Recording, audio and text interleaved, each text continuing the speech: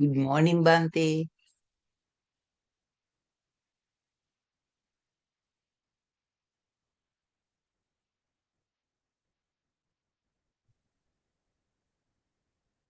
Okay.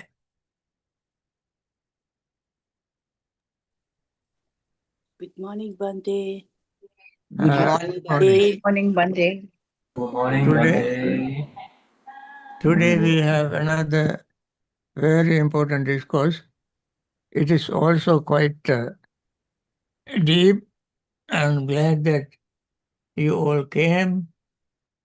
As I mentioned last week, we are learning deeper Dhamma now. Now, and listen very carefully, okay? Now, this is the subject is the full moon night. Full moon night. On one occasion, the Blessed Ones were dwelling at Savat in Eastern Park in the mansion of Migara's mother, together with the great Sangha of bhikkhus. Now on that occasion, the Uposatha day of the 15th, a full moon night, the Blessed One was sitting out in the open surrounded by the Sangha of bhikkhus. Now remember, Uposatha day is a full moon day, 15th is full moon day, full moon night in July. July full moon night is very, very hot in India. Staying inside at night is very difficult, very painful. And therefore, Buddha decided to sit outside surrounded by bhikkhus that night. Daytime you can stay outside, inside, but night you cannot stay inside. That is why he stayed outside with these bugs. Then a certain bhikkhu rose from his seat, arranged his upper robes over one shoulder, raised his joint hands in reverential salutation to the Blessed One, and said to him, now all these bhikkhus were sitting, covering both shoulders, and then one bhikkhu is that bhikkhu arranged his robe and covered on right left shoulder, kept right shoulder open in reverential salutation to the Blessed One. You don't cover both the shoulders with the robe in front of the Buddha, especially when you are going to ask a question. So this bhikkhu was a leader of 500 monks.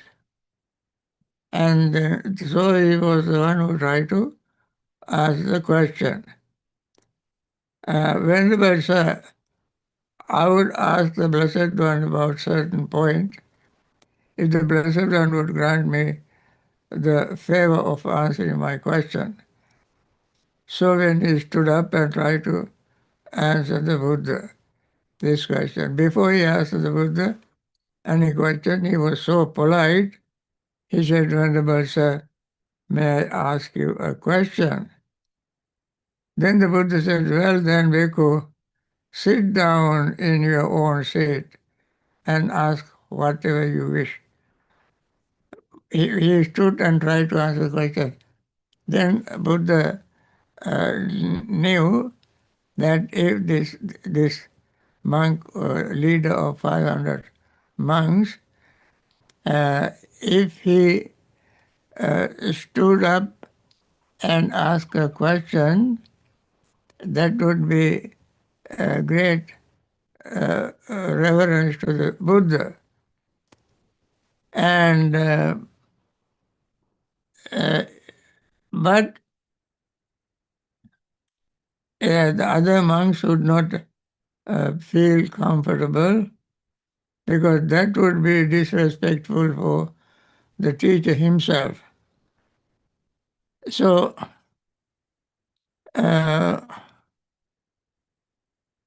if he sat down and asked the question, when he was standing and asked the question, it would disturb other monks' mind, because they had to look up.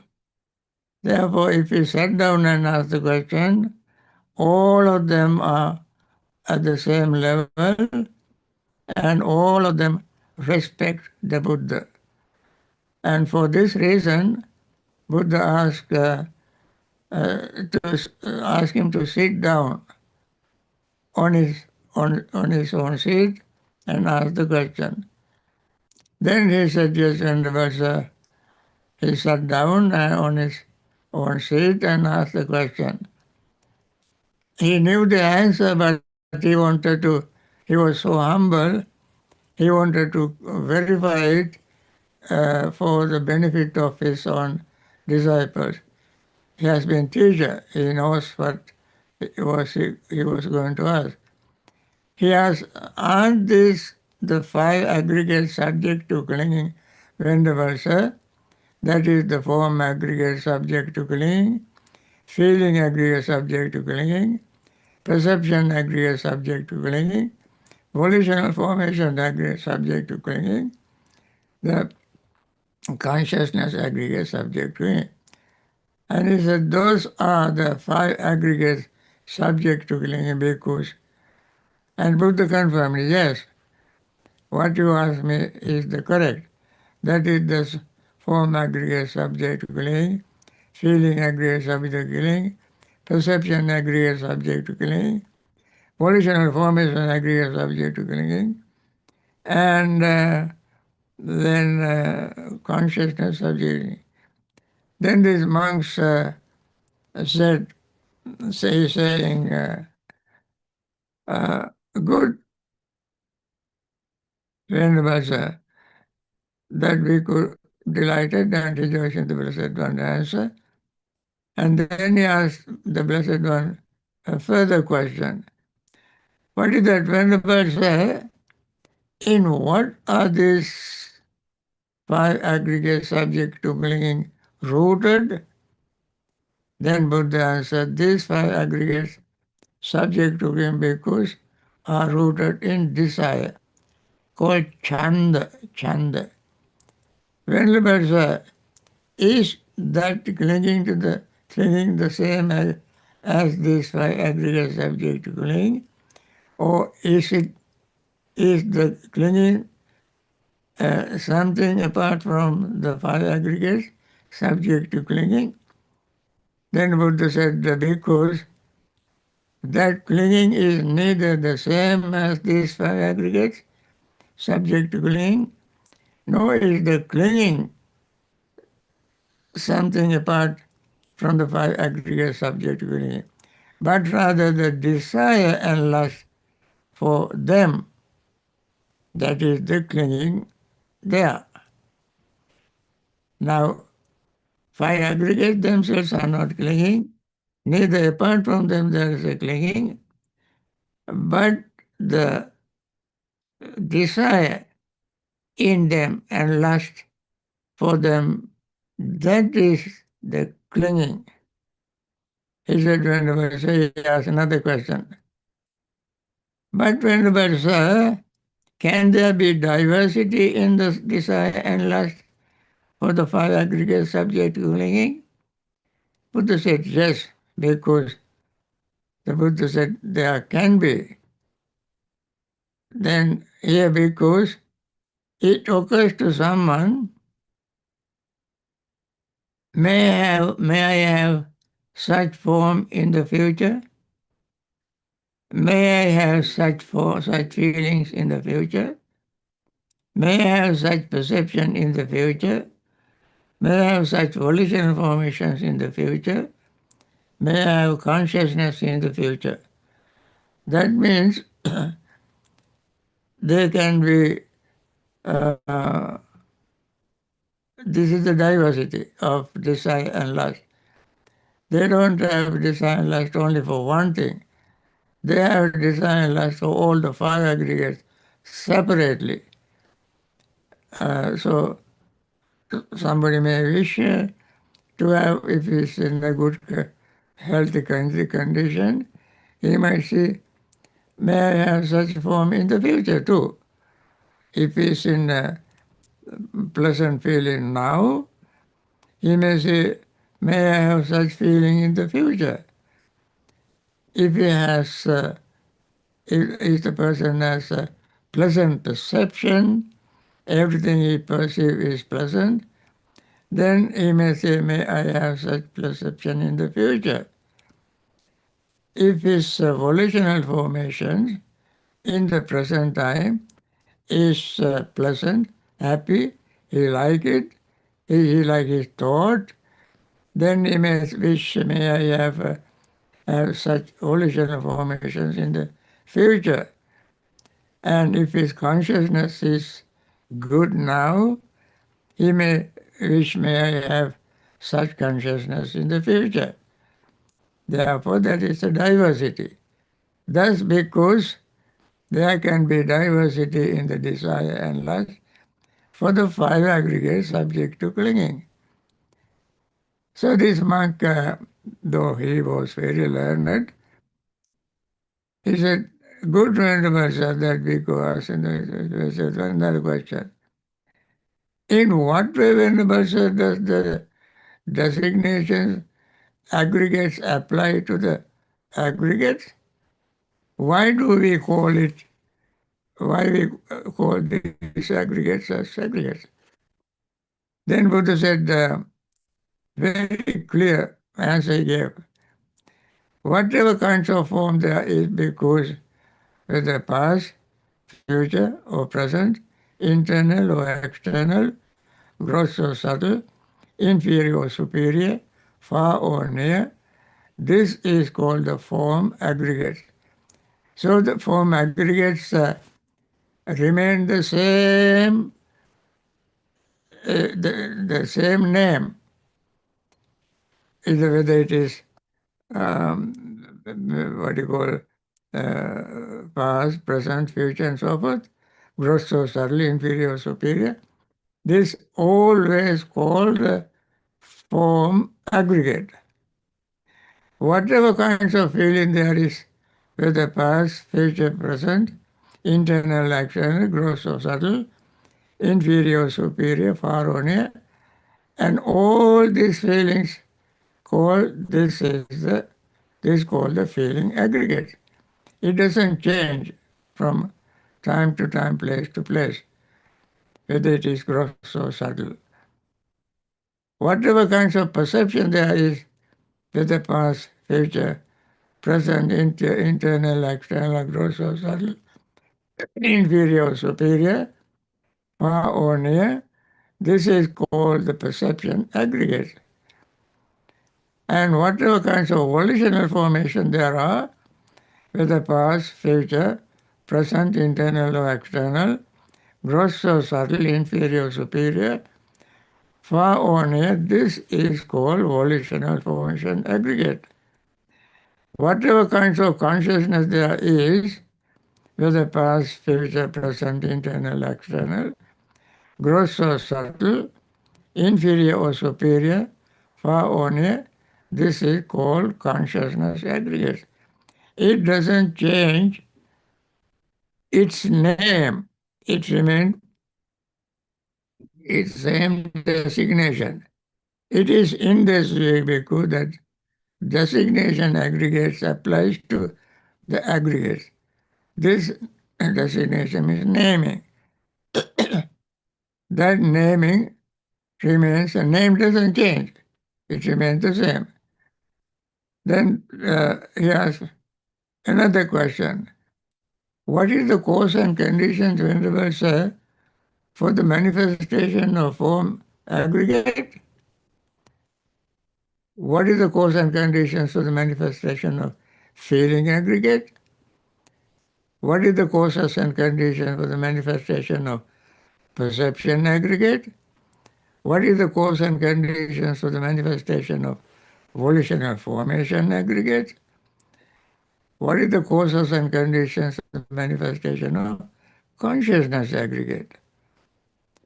Okay, how do they express? Then Buddha said the four great elements bhikkhu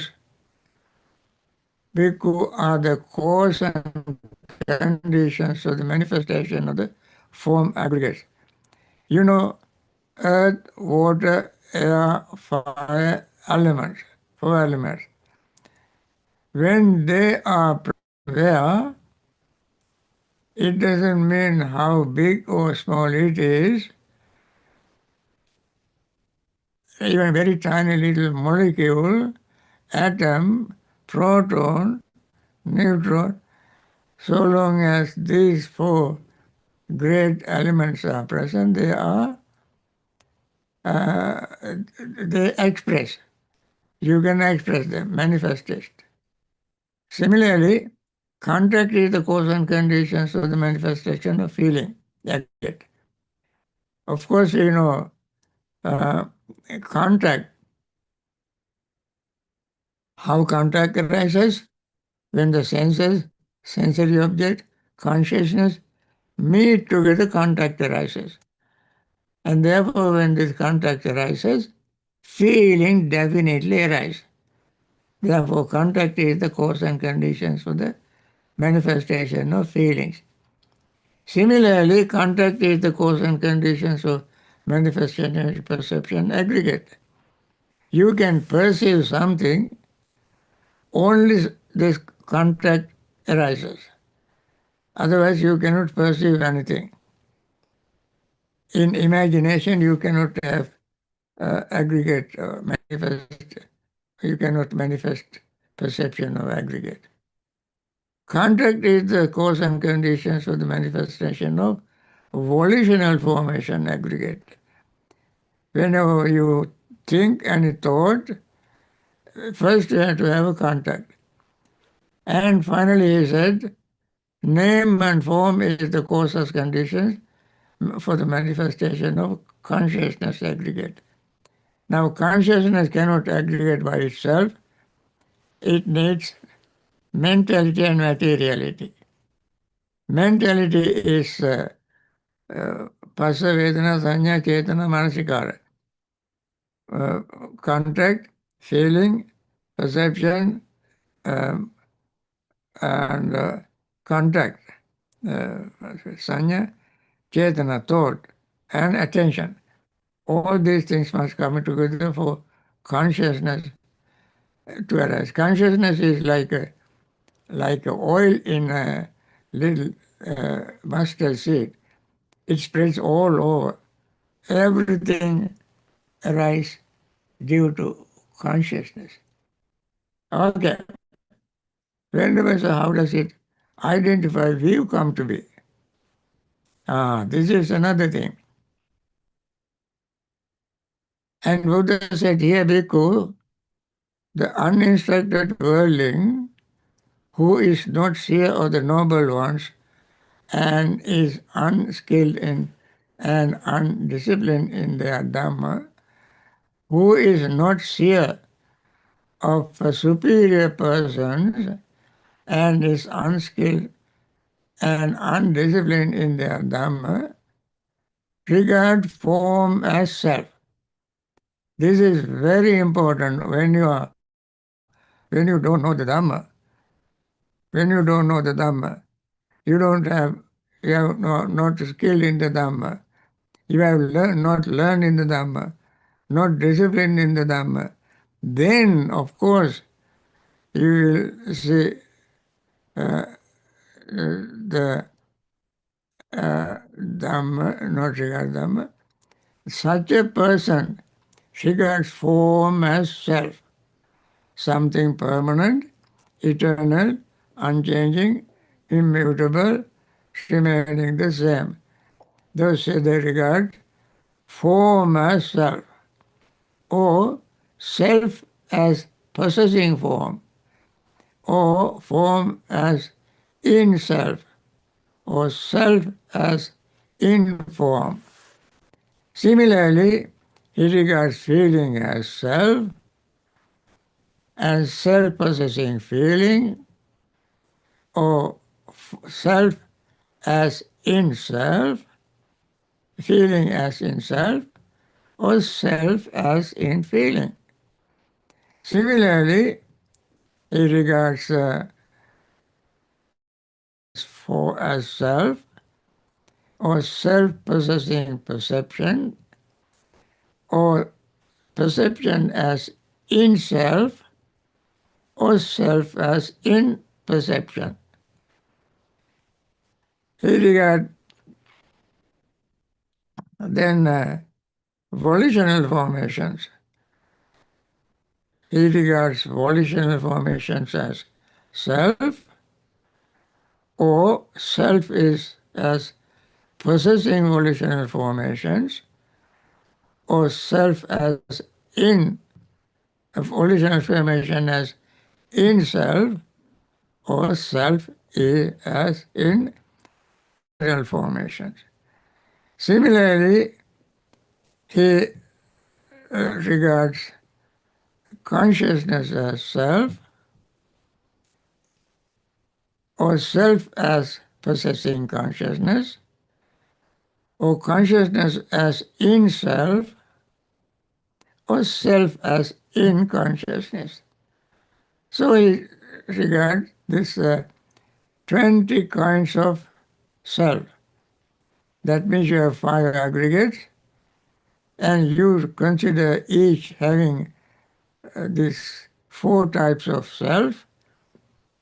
Then when you multiply 5 by 4, you have 20 kinds of self-identity or views. So this monk asks, but how does the view not come to be? Of course, it is clear the learned disciple who does not think the way other person thought, just the opposite of it, then the identity view does not come to be. And then that monk was happy, and then he asked another question. Venerable sir, what is the gratification, danger, and the escape in the case of form? What is the gratification, danger, escape of the danger of the feeling? What is the gratification, danger, and the escape of perception? What is the gratification, danger, and escape in volitional formations? What is the gratification, danger, and escape in the case of consciousness? Then Buddha gave very beautiful explanation. That is the pleasure and joy, bhikkhu, that arise in dependence on form. This is the gratification in form. That form is impermanent, suffering, and subject to change. This is the danger in form. The removal and abandonment of desire and lust for form. This is the escape from form. Similarly, the feeling, the pleasure and joy that arises in the independence of feeling is the gratification in feeling. That feeling is impermanent, suffering, and subject to change. That is the danger of feeling. And removal of and abandonment of desire and lust for feeling, this is the escape from feeling. Similarly, perception, pleasure and joy that arises depending on perception is the gratification, and removal and the impermanence, suffering, and subject to change is the danger of perception. And removal and abandonment of desire and lust for perception is the escape from form. Volitional formations also like that. Consciousness also forms that consciousness is impermanent, suffering, and subject to change. This is the danger in consciousness. The removal and abandonment of desire and lust for consciousness. This is the escape from consciousness. The pleasure and pain also like that. Then this monk asks another question. Venerable Sir, how should one know? How should one see so that in regard to this body with consciousness and in regard to all external signs, eye-making, mind-making, and the underlying tendency to conceit no longer occur within. These are three dangerous things. Eye-making, mind-making, and conceit. What are the signs? So we have this. Then Buddha said, any kinds of form whatever, because whether past, future, present, internal, external, gross or subtle, inferior or superior, far or near, one sees all forms as it really is, with correct wisdom. Thus, this is not mine, this I am not, this is not myself. Ne tang mama, this is not mine. Ne so hamasmi, this I am not. Ne me so atta, this is not myself. When one sees this is, then one must see this. Same way about the feeling, atita, anagata, pachupanna, ajata, vaidya, all are sukuna, that is past, future, present, internal, external, gross or subtle, inferior or superior, far or near. One sees all feeling, perception, volition, formations, and consciousness as they really are with correct wisdom. This is not mine, this I am not, this is not myself. Feeling with regard to feeling, this is not mine, this I am not, this is not myself. Perception, this is not mine, this I am not, this is not myself. Volitional formations, these are not mine, these are I am not, these are not myself. So that means tanna, mana, ditthi of all the five aggregates. You see, with correct wisdom. With correct wisdom. Only when you see correct wisdom, this is what happened to you. When one knows and sees thus bhikkhus, then in regard to this body, with its consciousness and regard to all external signs, eye-making, mind-making, and underlying tendency to conceit no longer occur within.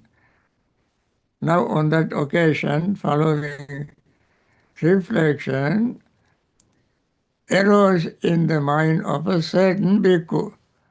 Okay, when this happened, another bhikkhu has very important question in his mind. This is very common thing even today. Listen very carefully. So it seems that form is not self, feeling is not self, perception is not self, volitional formations are not self. consciousness is no self, what self then will deeds done by what is non-self effect? Okay. When everything is non-self, non-self, non-self, non-self, you commit karma. You commit karma. And that karma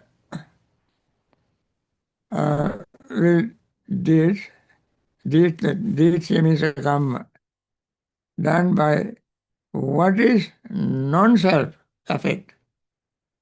Now you don't have self, but you will karma. When you commit karma, how can that karma bring results to another non-self? Another non-self. That means people ask when you don't have self, what will be reborn to bear the fruit of karma you commit in this life? You commit all kind of karma. Who commit the karma? Who bear the result if there is no self? That is the meaning of this question. And this is very common question even today, because the people cannot get rid of the notion of self. Then the Buddha knew this monk's thought. Buddha has a parachitta vijarana jnana. He has the knowledge, a special knowledge, which help him to read the thoughts of others. Thought reading power Buddha had. When this monk was thinking like this, Buddha saw what was happening in his mind. Then Buddha said, it is possible because that some senseless man here, obtuse and ignorant, with his mind dominated by craving, might think that he can outstrip the teaching. Teachers teaching thus. So it seems that form is non-self, feelings non-self, perception non-self, volition of conscious, volition information non-self, consciousness is non-self. What self then will be done by what is non-self effect? So Buddha repeated the question that arose in that monk's mind. Now because you have been trained by me through interrogation here and there in regard to diverse teachings. Then Buddha asked a very famous question. What do you think, bhikkhus? Is form permanent or impermanent? Answer is impermanent, Venerable Sir. Is feeling permanent or impermanent? Impermanent, Venerable Sir. Is perception permanent or impermanent? Impermanent, Venerable Sir. Are volitional formations permanent or impermanent? Impermanent, Venerable Sir. Is consciousness permanent or impermanent? Impermanent, Venerable Sir. Is what is impermanent suffering or happiness? Suffering, Venerable Sir. Is what is impermanent suffering and subject to change fit to be regarded thus? This is mine, this I am, this is myself. No, Venerable Sir. So the unanimously all these monks say, no, Venerable Sir. And then Buddha, therefore, seeing thus, he understands there is no more for this state of being. Seeing this, the monk, anybody, see no more for this state. That means they see attain liberation, Uchitam Brahmacharyan, they have lived a holy life, Katham Karaniyam, and they have done what has to be done. na parang itataya. There is no more for this state of being. And that is what you can learn from this discourse. And he taught mainly another discourse on no self.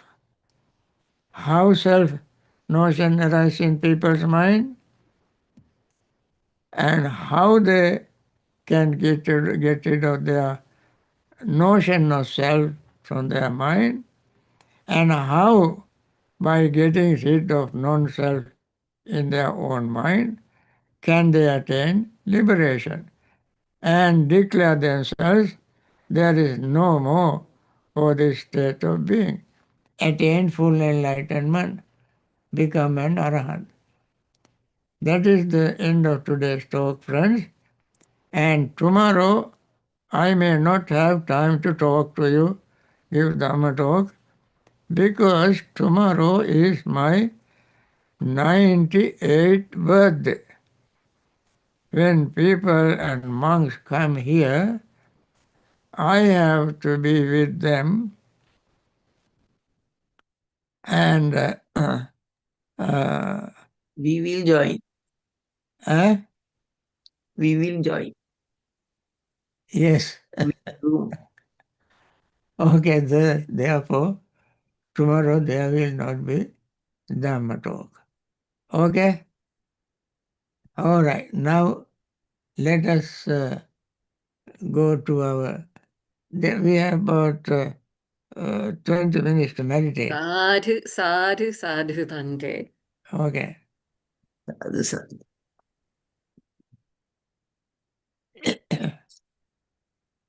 Okay?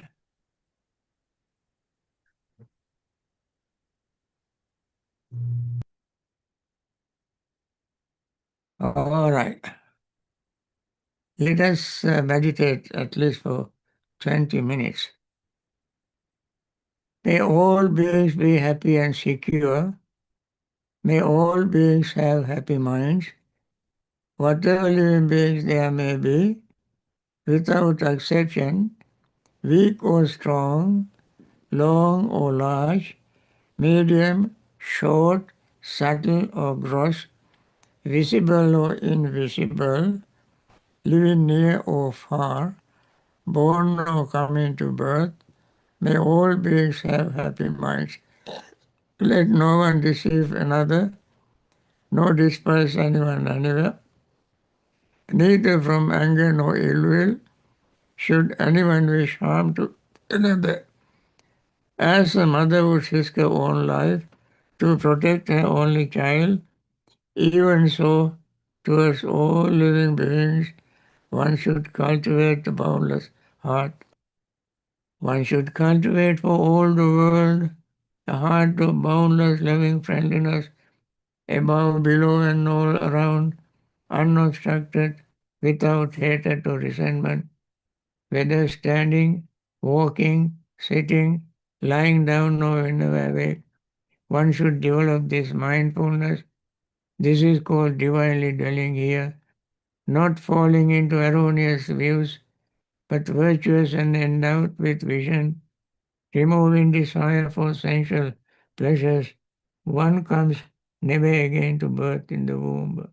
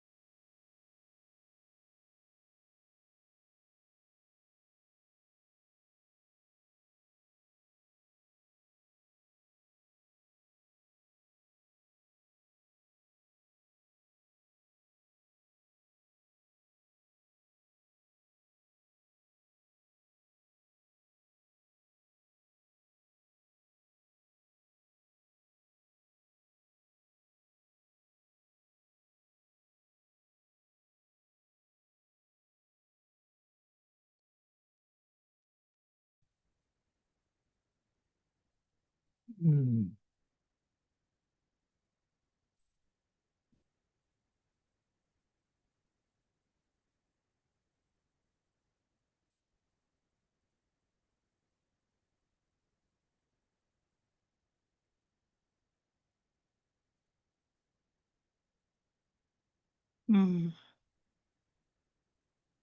By means of this meritorious deed, may I never join with the foolish, may I join always with the wise, until the time and attain Nibbana.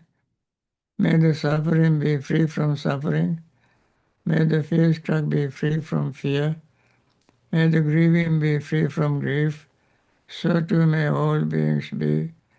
From the highest realm of existence to the lowest, may all beings arisen in these realms, with form and without form, with perception and without perception, be released from all suffering and attain to perfect peace.